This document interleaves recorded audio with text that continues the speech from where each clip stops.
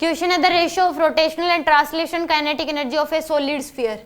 तो ratio of rotational और translation kinetic energy का जो रेशियो होता है, ratio of rotational kinetic energy और ट्रांसलेशन काइनेटिक एनर्जी, इसका रेशियो होता है बीटा रेशियो 1। किसके बराबर? बीटा रेशियो 1 के बराबर होता है। तो यहाँ पे रोटेशनल काइनेटिक एनर्जी क्या हो जाएगी? सॉलिड स्फीयर है, तो यहाँ पे क्या दे रखा आपको? Solid sphere. तो ये इसमें यानी कि बीटा की वैल्यू क्या होती है सॉलिड स्फीयर के लिए? 2/5। तो आंसर 2/5 आ जाना चाहिए, सीधा हम देखते ही कह सकते हैं। अब ये आया कहाँ से?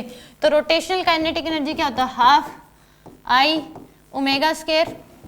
तो मैं जनरल निकाल के दिखा रही हूँ, तो हाफ, मान लो सॉलिड स्फीयर नहीं कोई जनरल बॉडी, तो आई की वैल्यू क्या हो जाएगी? Beta M R square into में ओमेगा की जगह क्या पुट कर सकते हैं? V/R।